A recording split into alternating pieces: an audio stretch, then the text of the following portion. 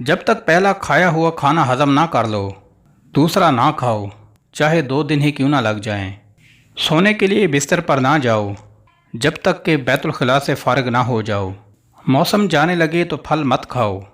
अगर चाहते हो पकोड़े समोसे वगैरह ज़्यादा आयली ना हो तो तलते वक्त घी ज़्यादा गर्म रखो। अपने हाथ और पाँव को महीने में एक दफ़ा ज़रूर साफ़ करो। लीमू का छिलका मल लो और फिर नीम गर्म पानी से धो लो।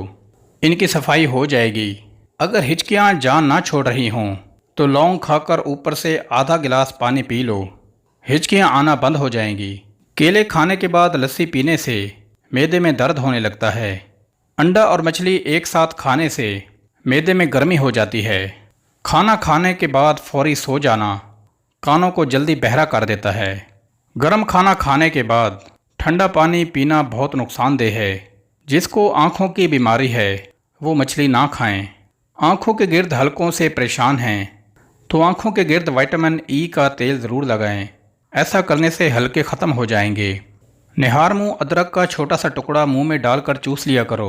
नवे साल बदन के अंदर कमज़ोरी महसूस नहीं होगी।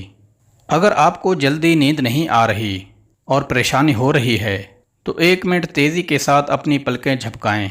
ऐसा करने से नींद आ जाएगी।